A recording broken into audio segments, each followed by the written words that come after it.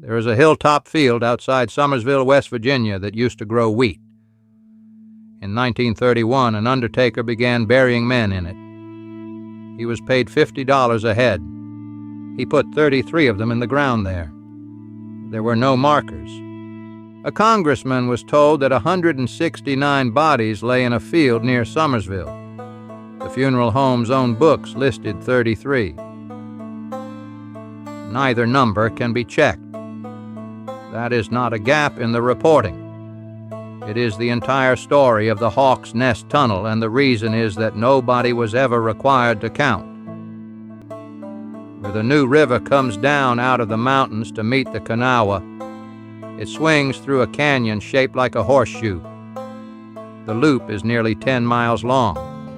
Engineers looked at that loop and saw waste. Bore a tunnel through the mountain, the river goes around, and the water takes the short way, falling 168 feet as it goes, enough to drive dynamos and produce 120,000 horsepower of electricity.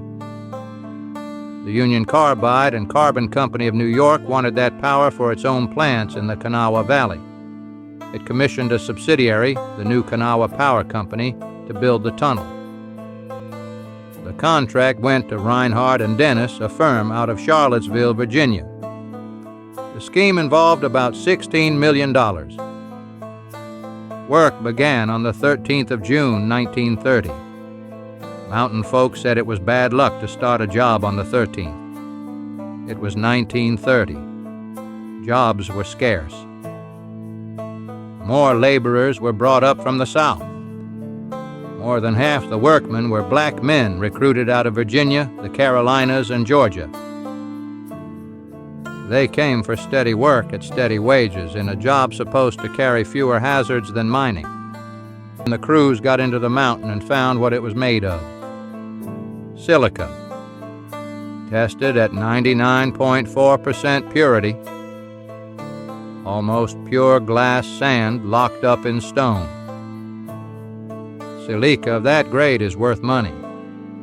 It is raw material for glass and for metallurgical work. The tunnel had been designed at 30 feet across, a little larger than the Holland tubes under the Hudson. The companies increased the diameter to 48 feet. The Washington Daily News printed the reason without comment. So valuable was this material, it wrote, that the companies enlarged the tunnel in order to get out more silica. They widened the hole to sell the rock. The men were not digging through the product. They were digging it out. Silica does nothing to you in a lump. Ground fine enough to hang in the air and breathed, it scars the lungs until they stiffen. The disease is silicosis, and by 1930 it had been described for well over a century. The known control is water. Drill wet, and the dust never leaves the rock. Philippa Allen, a social worker from New York, testified to Congress that the drilling at Hawk's Nest was dry. It would stop, she said, when state mine inspectors entered the tunnel. Men were posted as lookouts to warn of their coming. As a result, the inspectors testified that the tunnel was practically dust-free. The shifts ran 10 hours, 2 a day, with a 2-hour pause between them to let the smoke and dust clear out. And the workmen began to sicken, and a number of them died. The trouble was apparently pneumonia and tuberculosis. The black workers seemed to be hit hardest. Physicians suggested that the northern climate was responsible. New men replaced the ones who dropped out. The work went on. In the summer of 1931, 1,000 West Virginians climbed Hawk's Nest Mountain for a celebration. There was a roast ox. There was dancing. 2 crews had met inside the mountain, and their headings were not an inch out of line. The governor came to praise the engineering.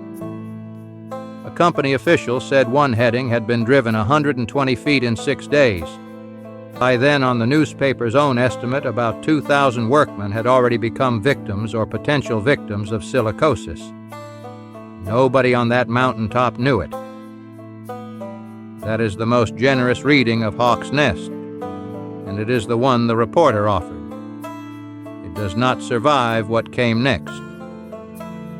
A woman named Emma Jones lived at Gauley Bridge. She was the first to work out what was killing the men. 3 of her sons had worked in the tunnel and died of it. So had an adopted son and her only brother. Her husband Charles was dying of it in a West Virginia hospital. He begged money along the road to pay for an x-ray of one son's lung. That son left a last request. He asked that he be opened up to see if he did not die from the job. Her daughter-in-law Dora Jones won a $10,000 judgment for the death of her husband Cecil, a driller. At a settlement called Vanetta, federal relief investigators found families in tumble-down shacks where nearly every adult man had silicosis. The report stayed in confidential government files until the hearings began. Relief had always been spasmodic and irregular, it said. Every family complained of the lack of food. Milk had been unheard of for at least 2 years. Some of the imported laborers were too poor or too ill to travel home. They died in the board shacks the contractor had put up above the tunnel mouth, and were sent home or buried as paupers by the contractor. Allen told the committee the contractors hired an undertaker to bury the victims at $50 a head. He took it at a small price, she said, because the company knew there would be a large number of deaths. The undertaker was named White. He ran a funeral home in Somersville under contract to the tunnel firm. He said he shipped 23 bodies south and buried 33 in a hilltop wheat field he used as a pauper's burying ground. There were no markers, and little in the way of funeral services. Allen testified to one more thing said around Gauley Bridge, that the field had been plowed up and planted in corn that spring. Hundreds of workmen sued. The cases went to circuit court in Fayette County. Company lawyers contended at first that there was no such disease, then that nobody had ever heard of so many men contracting it on a single job. To show a jury what silicosis does, the plaintiffs walked their own witnesses up a flight of courthouse steps.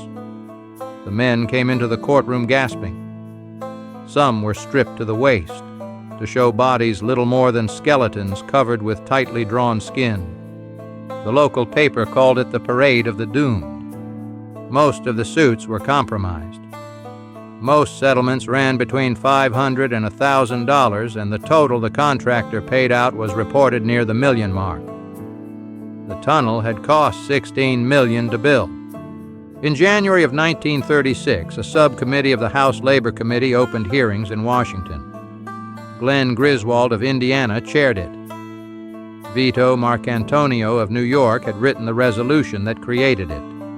Philippa Allen was the first witness. She had spent 4 summers at Gauley Bridge. When I went to Gauley Bridge, she said, men were still dying like flies in 1934. She testified the rock ran 97 to 99.4% pure silica, and that the contractors neglected to provide workmen with any safety devices. There seems little doubt, she said, that few of those employed will escape silicosis. The committee had a problem. It had no money to bring witnesses to Washington and no power to subpoena anyone. The dying men who testified came on private charity, paid for by a committee in New York.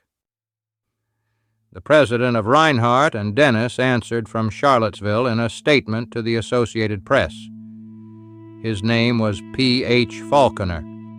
He branded as gross misrepresentation and falsehood the claim that 476 men had died.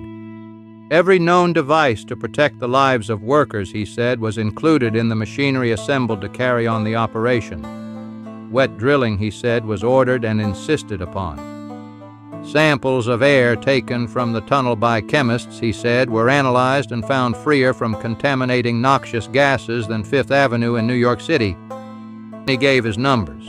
Official records at Charleston, he said, showed that only 48 men out of a total of 5,000 employed died during the progress of the project. And he itemized them. 3 white men and 32 colored had died of pneumonia. 3 colored of tuberculosis. 4 colored of heart disease. 1 colored of typhoid, and 5 colored of unclassified diseases. That was his list of the men who died of disease. He added 15 more killed by injuries, 11 of them inside the tunnel. 12 of those 15 were black. Read the disease list again. Of the 48 deaths the contractor was willing to concede, 45 were black men, and 35 of the 48 were certified as pneumonia. Acute silicosis kills quickly, and in 1931 it was routinely written down as pneumonia. Falconer offered that list as his exoneration. It is a fair description of how the dead were hidden. There's one more thing in his arithmetic. Nobody could agree on the number he was dividing by either. The reporters and the first witness put the workforce at 2,000. Later testimony to the same committee put it close to 4,000. Falconer needed 5,000 and used 5,000. The village doctor at Gauley Bridge was asked to appear. He declined and sent a letter. Dr. L.R. Harless had sat on a 3-man medical commission examining workers who were claiming damages. His letter said newspaper reports had grossly exaggerated the situation. It also said that more than a third of the workers he examined had silicosis. Committee members pointed out that those two statements sit badly together. On the 4th of February, the officers of Rinehart and Dennis declined the committee's invitation to testify at all. They sent a letter signed by Falconer and their superintendent making a general denial of any knowledge of silicosis deaths among the tunnel workers. The subcommittee had run out of voluntary witnesses. The men who built the tunnel would not come, and it could not make them. So it asked for the power to compel them. On the 18th of February, the full Labor Committee voted to report the resolution favorably. Before the House could vote on it, the Rules Committee had to let it reach the floor. The Rules Committee did not. After 3 weeks, Mark Antonio said they were giving him the runaround. "They are just kidding," he said. By April, it had been bottled up a month. Congressman Matthew Dunn put it plainly. "I ask for a few $1,000s to make an investigation of corporations that are deliberately and maliciously murdering human beings," he said, "and I cannot get anything." Griswold charged that the Labor Department had known about the disease and done nothing until the House inquiry started. The subpoena power never came. The men who built the tunnel were never heard under oath. 2 years later, the Department of Labor put out a film telling industry how to stop silicosis. It opens on the headlines from the hearing. By then, the tunnel had been carrying the New River through the mountain for 6 years. So how many men died at Hawk's Nest? The contractor said 48. The undertaker accounted for 56, between the ones he shipped south and the ones he put in his field. The village doctor reported 70 dead in the first winter alone, apparently of pneumonia. The next winter, the death rate was higher, and autopsies on 10 of the workmen showed that 9 had silicosis. The men still dying at Gauley Bridge said more than 400 of their fellow workers were gone. Mark Antonio used the figure 476. None of those numbers can be reconciled with any other, and the reason is set out in one paragraph on page 3 of the Washington Daily News for the 15th of January, 1936. No state agency kept any record of the men working in the tunnel, or the men who died.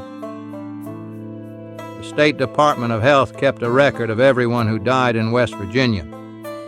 It filed the silicosis deaths under a general heading of lung disorders. In Fayette County, where the tunnel is, deaths from lung trouble doubled between 1933 and 1934. In 1934, 119 people died of lung disorders in that one county, the highest such rate in the state. But a county count only holds the men who stayed. More than half the workforce had come up from Virginia, the Carolinas, and Georgia. When they got sick, many went home, believing the sunshine of the South would cure them. They died a state or two away, of pneumonia, in counties that had never heard of the tunnel. Letters came back to Gauley Bridge telling of it. The reporter who wrote that page understood exactly what it meant. No one, he wrote, will ever know the exact number. That is the part that is still buried. Not a secret somebody kept. A count nobody was ever obliged to take. If your people went north to work under a mountain in 1930 and came home to Virginia or the Carolinas or Georgia and got sick, that is a death that never made anybody's list. I would like to hear about it in the comments.